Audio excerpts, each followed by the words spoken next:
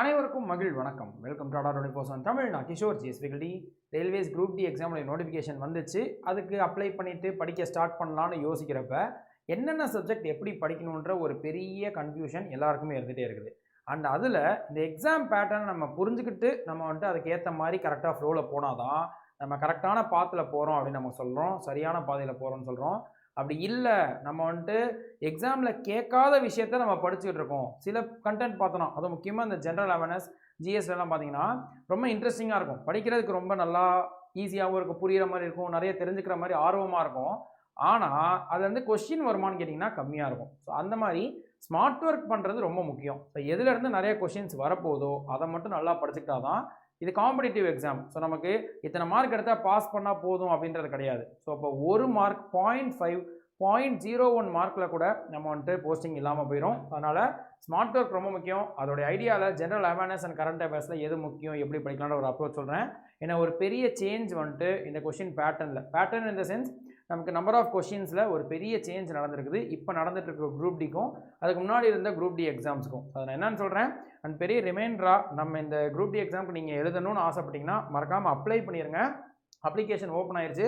ஜனவரி 31 நமக்கு மார்ச் 2 வரைக்கும் அப்ளிகேஷன் ஓப்பனில் இருக்கும். பட் அதே மாடிஃபிகேஷன் விண்டோ, கரெக்ஷன் விண்டோ வந்துட்டு மார்ச் 5 ஓப்பன் ஆகிறதா சொல்லியிருக்காங்க. முடிஞ்ச அளவு மிஸ்டேக்ஸ் இல்லாமல் கரெக்டாக அப்ளை பண்ணிக்கிறோங்க.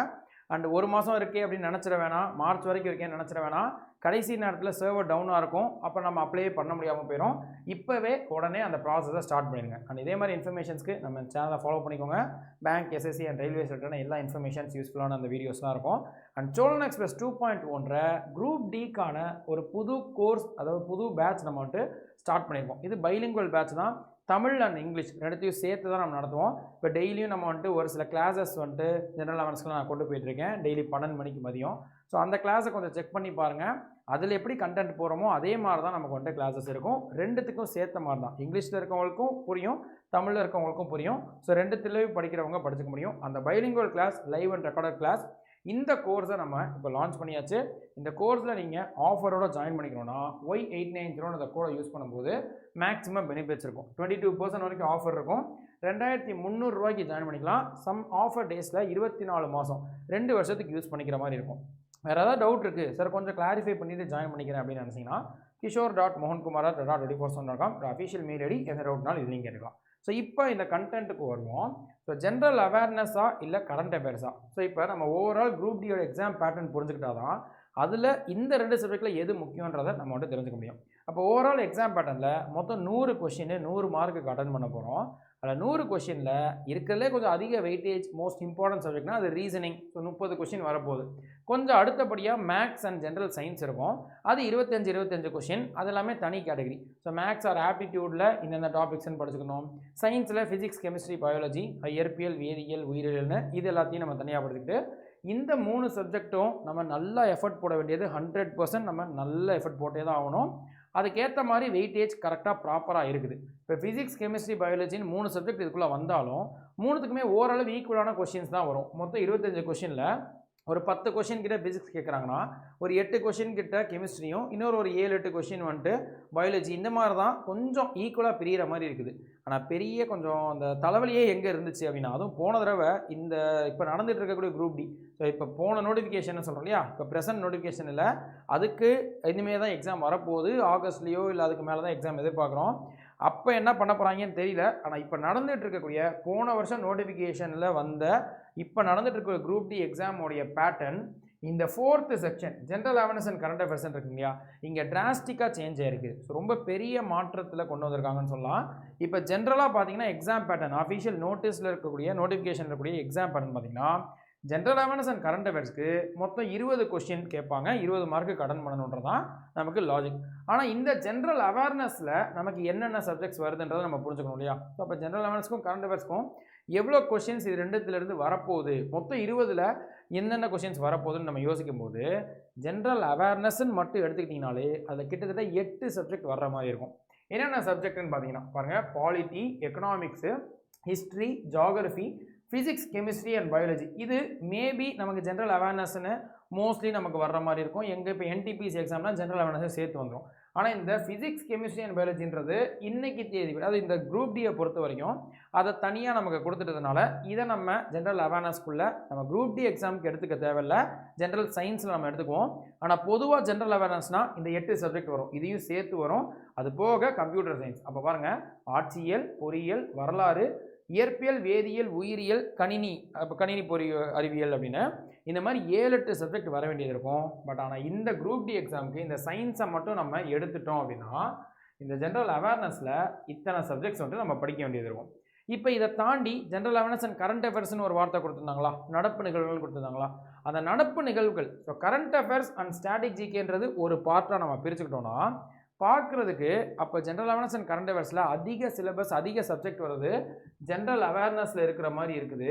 ஆனால் கம்மியான அந்த டாபிக்ஸ் வரக்கூடியது கரண்ட் அஃபேர்ஸில் இருக்க மாதிரி இருந்தாலும், கரண்ட் அஃபேர்ஸ் ஸ்ட்ராட்டஜிக்கில் இருந்த மாதிரி இருந்தாலும், இந்த இப்போ நடந்துட்டு இருக்கக்கூடிய குரூப் டியில் இந்த சின்னதாக நமக்கு இருக்கக்கூடிய கரண்ட் அஃபேர்ஸ் இருந்து தான் அதிகமான கொஷின்ஸ் வந்திருக்குது.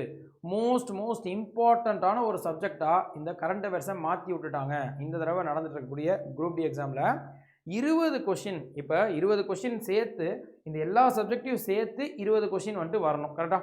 ஸோ அதுதானே நமக்கு எக்ஸாம் பேட்டர்னில் கொடுத்துருக்கபடி ஜென்ரல் அவேர்னஸ் அண்ட் கரண்ட் அஃபேர்ஸ்க்கு 20 கொஷின் கொடுத்துட்டாங்கன்னா இப்போ ஒரு கரண்ட் அஃபேர்ஸ்க்கு அப்ராக்சிமேட்டாக ஒரு 8 கொஷின் 10 கொஷின் கேட்டுட்டு மீதி இருக்கக்கூடிய ஜென்ரல் அவேர்னஸில் ஒரு 10 கொஷின் கேட்குறீங்கன்னா நமக்கு ஹிஸ்ட்ரியில் ஒரு 2 கொஷின், ஜியாகிரஃபியில் 2 கொஷின், இந்த மாதிரி நமக்கு பிரியும்.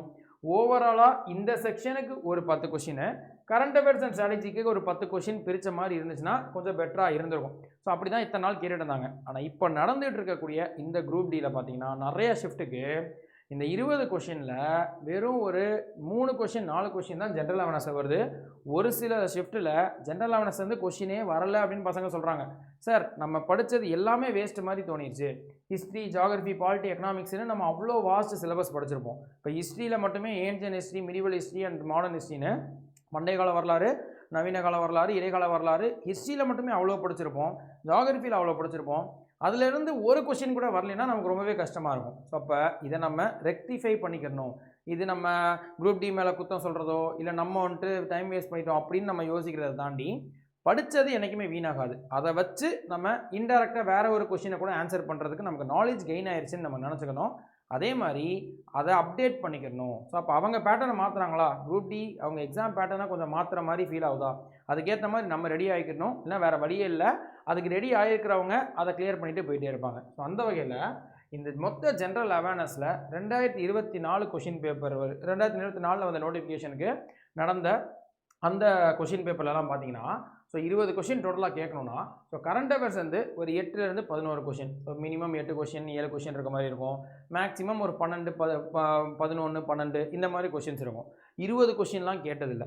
அதே மாதிரி ஜென்ரல் அவேர்னஸில் இன்னொரு மீதி இருக்கக்கூடிய கொஷின்ஸ் எல்லாமே ஜென்ரல் அவேர்னஸில் இருக்க மாதிரி இருக்கும்.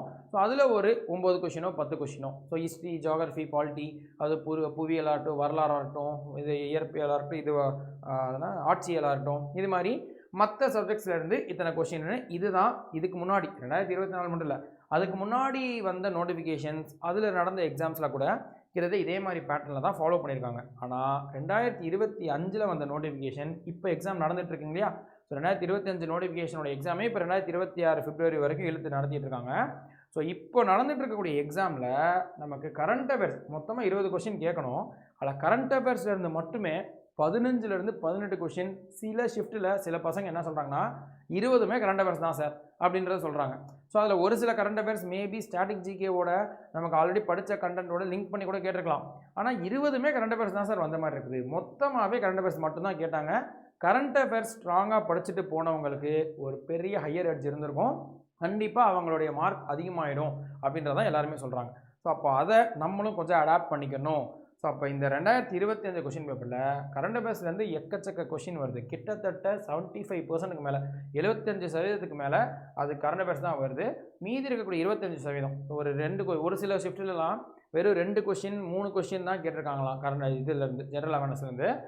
கொஞ்சம் அதிகமாக போனோம்னாலுமே பாருங்களேன், கொஞ்சம் அதிகமாக இருந்துச்சுனாலுமே ஹிஸ்ட்ரி, ஜியாகிரஃபின்னு இந்த எல்லா சப்ஜெக்ட் படித்து இருக்கிறதுலே அதிகமாக எந்த ஷிஃப்ட்டுக்கு கேட்டிருக்காங்கன்னு பார்த்தீங்கனாலே மேக்ஸிமம் ஒரு 7 கொஷின் 8 கொஷின் தான் வந்திருக்கும். மீதி இருக்கிறதெல்லாம் கரண்ட் அஃபேர்ஸ் தான் நம்ம பசங்க சொல்கிறாங்க. ஸோ இந்த டேட்டா வச்சு தான் நம்ம இதை கொண்டு வரோம். நீங்களே இது எல்லா இடத்துலையும் நீங்கள் கேள்விப்பட்டிருக்கலாம். நம்ம பசங்க வேறு யாராவது உங்கள் பியர் குரூப்ஸ் பசங்க இருந்தாங்கன்னா கேட்டு பாருங்கள். இந்த தடவை குரூப் டி எக்ஸாம் அட்டன் பண்ணவங்கள்ட்ட இதே தான் நமக்கு எல்லாருமே சொல்கிறாங்க. ஸோ ஜென்ரல் அவேர்னஸை விட கரண்ட் அஃபேர்ஸ்க்கு ரொம்ப இம்பார்ட்டன்ஸ் இந்த தடவை கொடுத்துருக்குறாங்க. அப்போ நம்மளும் அதுக்கேற்ற மாதிரி அப்டேட் பண்ணிக்கணும். அப்போ சார் ஜென்ரல் அவேர்னஸ் படிக்கவே வேணான்னு சொல்ல வர்றீங்களா? ஸோ ஜென்ரல் அவேர்னஸ் தேவையே இல்லையா அப்படின்னு கேட்டால் அதையும் நம்மளால் சொல்ல முடியல. இப்போ இந்த மாதிரி கொஷின் பேப்பரை நீங்கள் மாற்றிட்டீங்கன்னா ஏன் ஜென்ரல் அவேர்னஸ்ன்ற ஒரு வார்த்தையை கொடுக்குறீங்கன்னு ஒரு கேள்வி கேட்கணும்னு தோணுது. ஆனால் அவங்கள வந்துட்டு கேட்க முடியல. ஸோ இப்போ இந்த இடத்துல ஜென்ரல் அவேர்னஸ் அண்ட் கரண்ட் அஃபேர்ஸ்னு எக்ஸாம் பேப்பரில் கொடுத்துருக்காங்க. ஆனால் இதிலிருந்து ஒரு கேள்வியுமே கேட்கல, கரண்ட் அஃபேர்ஸில் தான் கேட்குறாங்க அப்படின்னா ஸோ நம்ம ரொம்ப டைம் வேஸ்ட் பண்ண வேணாம் இல்லையா? கரண்ட் அஃபேர்ஸை நல்லா ஃபோக்கஸ் பண்ணிக்க முடியும். ஸோ இப்போ போன ஷிஃப்ட் இதுக்கு முன்னாடி நடந்த எக்ஸாமில் ஒரு மாதிரி கேட்டிருக்காங்க. இந்த தடவை நடந்துருக்கிறதுல கரண்ட் அஃபேர்ஸ் இம்பார்ட்டன்ஸ் கொடுத்துருக்காங்க. இப்போ இதுக்கு அடுத்த தடவை வரக்கூடிய எக்ஸாமில் இதே மாதிரி கரண்ட் அஃபேர்ஸ்க்கு ரொம்ப அதிகமாக கொடுப்பாங்களா? இல்லை இந்த தடவை பசங்க எல்லாருமே கொஞ்சம் இந்த மாதிரி அதிகமாக வந்திருக்குன்னு சொல்லி ஃபீல் பண்ணதுனால ஈக்குவலாக மாற்ற போகிறாங்களா? இல்லை அடுத்த தடவை கரண்ட் அஃபேர்ஸ்லேருந்து வெறும் 5 கொஷின் கேட்டுட்டு ஜென்ரல் அவேர்னஸ்லேருந்து 15 கொஷின் கேட்பாங்களா? இது எதுவுமே நம்மளால் கன்ஃபார்ம் சொல்ல முடியல. எல்லாத்துக்குமே நம்ம ரெடியாக இருந்துக்கணும். ஸோ அதனால தான் இந்த 4th சப்ஜெக்ட் எப்பயுமே நமக்கு ஒரு கேம்லிங் மாதிரி தான் இருக்கும். உண்மையாக சொல்லணும்னா குரூப் டியை பொறுத்த வரைக்கும் இந்த 4th சப்ஜெக்ட் வந்துட்டு நம்ம லக்கை பொறுத்து தான் நிறையா இருக்கும். நம்ம நிறையா படிப்போம், ஆனால் கம்மியான கொஷின்ஸ், வெயிட்டேஜே கம்மி, நிறையா படித்து அதில் கம்மியான கொஷின்ஸ் வர்றதுனால என்னுடைய சஜஷன் கரண்ட் அஃபேர்ஸ்க்கு இம்பார்ட்டன்ஸ் கொடுக்கலாம். நான் மொத்தமாக ஜென்ரல் அவேர்னஸ் நம்ம இன்ஸ்டிடியூட்டில் நம்ம கோர்சஸில் கூட நான் தான் எடுக்கிறேன். ஆனால் நானே சொல்கிறேன் குரூப் டியை பொறுத்த வரைக்கும் ஜென்ரல் அவேர்னஸில் நம்ம எல்லாத்தையும் படிச்சுக்கணும். ஆனால் ரொம்ப அதிகமாக அதுக்கு ஸ்ட்ரெஸ் பண்ணி எஃபர்ட் போடணும்னு இல்லை. ரீசனிங்கு, மேக்ஸு, ஜென்ரல் சயின்ஸு இது 3க்கும் சூப்பர் எஃபர்ட் போடுங்க. நல்லபடியாக அதுக்கு வெறித்தனமாக உட்காந்து படிங்க. என்ன ஆனாலும் பரவாயில்ல, அதில் எல்லா கொஷினும் அட்டன் பண்ணணும் அப்படின்ற மாதிரி இந்த 3த்துக்கும் வெறித்தனமாக உட்காந்து படிங்க. இந்த 4th சப்ஜெக்டில் நமக்கு கரண்ட் அஃபேர்ஸ்க்கு மட்டும் நிறைய இம்பார்ட்டன்ஸ் கொடுங்க. ஜென்ரல் அவேர்னஸை மொத்தமாக விடுங்கன்னு நான் சொல்லவே இல்லை, விட வேணாம். நம்ம பேசிக்காக படிச்சுக்கிறோம், அதுக்கான டைமை கொஞ்சம் கம்மியாக பண்ணிக்கிட்டு மற்ற சப்ஜெக்ட்ஸ்க்கு அதிக டைமை வந்துட்டு ஒதுக்குங்கன்றது மட்டும் என்னுடைய சஜஷனாகவும் ஒரு சின்ன அட்வைஸாகவும் சொல்லிடுறேன். ஸோ இதான் நமக்கு பாயிண்ட்டு. இப்போ வெயிட்டேஜ் 10 அண்ட் இதே இந்த குரூப் டி ஜென்ரல் அவேர்னஸோடைய சிலபஸ்ன்னு பார்த்தீங்கன்னா கரண்ட் அஃபேர்ஸ்லேயே எந்த டைப் ஆஃப் கொஷின்ஸ் அதிகமாக வருதுன்றதை கொஞ்சம் பிரித்து பார்க்கணும். இன்னும் நமக்கு கொஷின் பேப்பர் ஆஃபிஷியலாக எதுவும் கையில் கிடைக்கல. அது வந்துச்சுன்னா தான் அடுத்தடுத்த டேட்டா கிடைக்கும். பசங்க சொல்கிறத வச்சு நம்ம பார்க்கும்போது ஸ்டாண்டர்டாக இந்த சிலபஸ் தான் இருக்கும். அண்ட் அதில் வழக்கம் போல் நேஷனல் அண்ட் இன்டர்நேஷ்னல் ஈவெண்ட்ஸில் இருக்கட்டும், இல்லை அவார்ட்ஸாக இருக்கட்டும், ஏதாவது விருதுகள் கொடுத்துருக்காங்க, முக்கியமான ஸ்போர்ட்ஸ் ஈவெண்ட் நடந்திருக்குது, ஸ்போர்ட்ஸ் அவார்ட்ஸாக இருக்கட்டும், இந்த மாதிரி தான் நிறையா கேட்டிருக்க மாதிரி இருக்குது.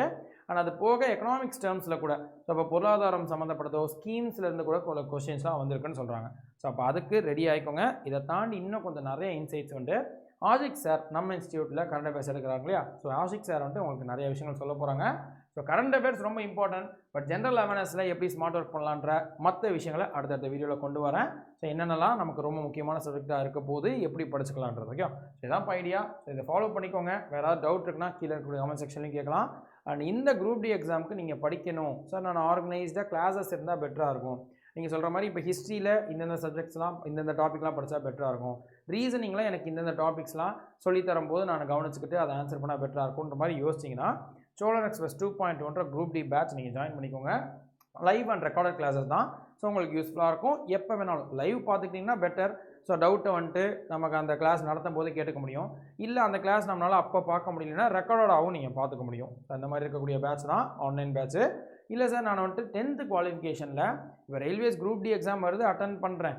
ஆனால் அதே 10th குவாலிஃபிகேஷனில் டிஎன்பிசி குரூப் 4 அட்டன் பண்ணணும்னு ஆசைப்பட்றேன். இது போக நமக்கு எஸ்எஸ்சியில் எம்டிஎஸ் எக்ஸாம்ஸ் வந்துட்டு வருது, அதுவும் நான் அட்டன் பண்ணணும்னு ஆசைப்பட்றேன். ஸோ இந்த மாதிரி ஓவராலாக 10th குவாலிஃபிகேஷனில் நான் வந்துட்டு எக்ஸாம்ஸ் அட்டன் பண்ணணும்னு ஆசைப்பட்றீங்கன்னா நீங்கள் தமிழ்நாடு மெகா பேக் அப்படின்றத நீங்கள் ஜாயின் பண்ணிக்கலாம். ஸோ இந்த தமிழ்நாடு மெகா பேக்கில் நமக்கு இந்த மாதிரி எல்லா எக்ஸாம்ஸோடைய பேட்டர்னும் வரும். ஒன்றும் இல்லை, மேம் வந்துட்டு